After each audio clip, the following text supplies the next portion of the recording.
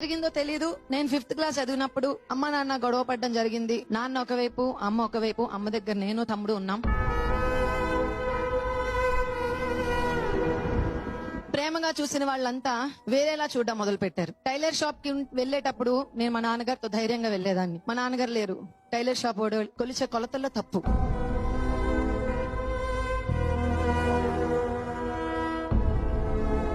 మగవాడు అనేవాడు ఇంట్లో లేకపోతే ఆడదాని పరిస్థితి ఎలా ఉంటుందో నాకు అర్థమైంది. ఎందుకంటే అప్పటి వరకు నేను గూట్లో పక్షిని మాత్రమే.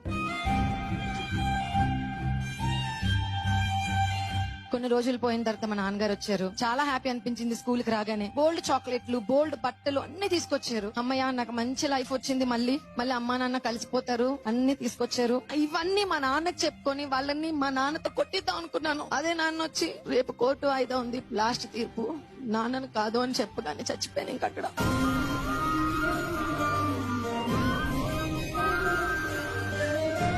పాపం అమ్మ ఏం చదువుకోలేదు. లవ్ మ్యారేజ్ చేసుకుంది. కుటుంబాన్ని సైతం వదిలేసింది మా అందరి కోసం. చిన్న పాన్ షాప్ పెట్టింది, ఉల్లిపాయలు అమ్మింది. కానీ నాన్న వదిలేసినట్టు అమ్మ వదలలేకపోయింది మమ్మల్ని. అమ్మ కష్టం చూశాను. 8th క్లాస్ లో డాన్స్ స్టార్ట్ చేశాను. నాకు అప్పుడు 150 రూపాయలు పేమెంట్. ఆ 150 రూపాయలు మా అమ్మ చేతిలో పెట్టాను. ఇంటికి మగాడిని అయ్యాను.